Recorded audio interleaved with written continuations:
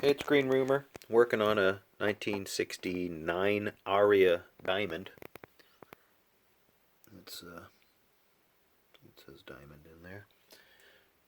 Got a pretty nice headstock, pretty guitar, beautiful neck with the double binding, and I think it's like a triple binding around the guitar.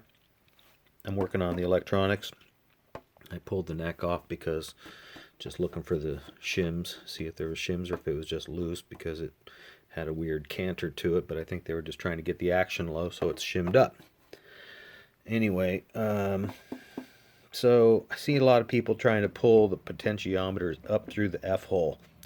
Guys, the pickups come off. So you pull the screws out of the pickups and drop the neck pickup into this hole and pull it out this hole, and everything's intact, and all the wiring and the potentiometers and jack and switch. Yeah, you'll have to fish them back through, but I mean, you're not fishing them through the F hole. You just fish them through this big old giant hole here.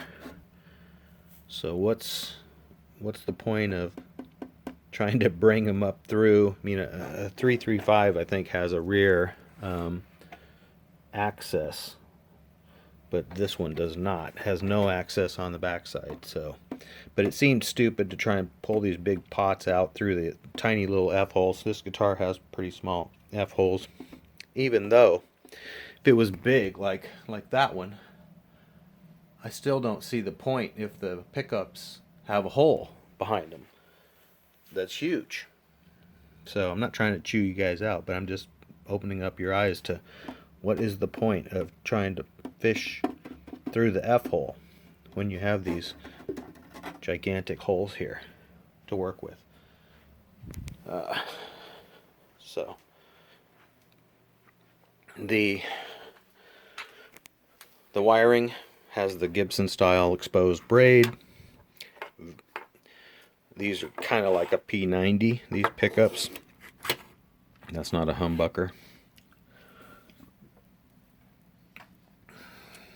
Kind of a glass looking capacitor, transparent.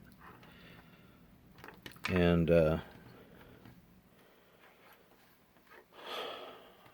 this wire has just degraded to the point where the center core and the shield are making contact with each other in several places here, there, down here.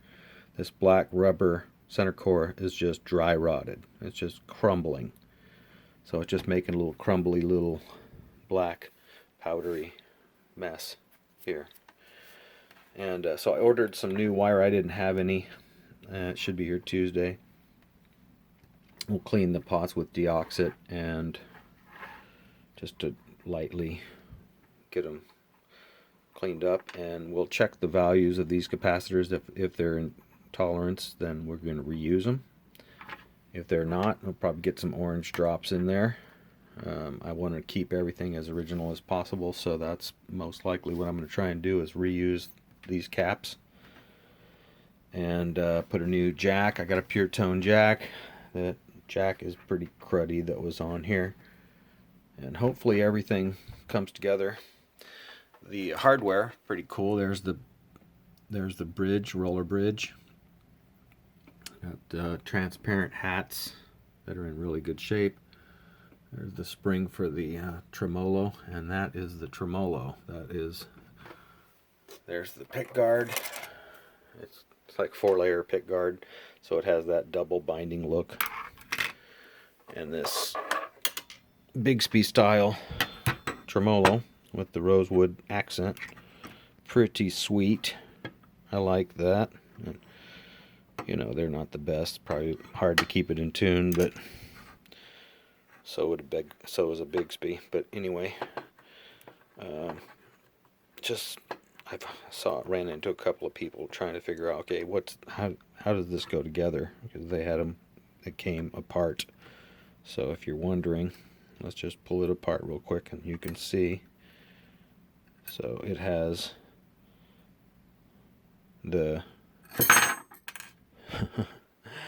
has a hollow nut or bolt up here with a spring inside that for tension, and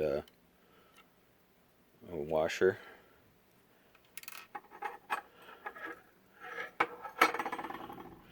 Got kind of a phenolic or nylon or plastic washer underneath the arm.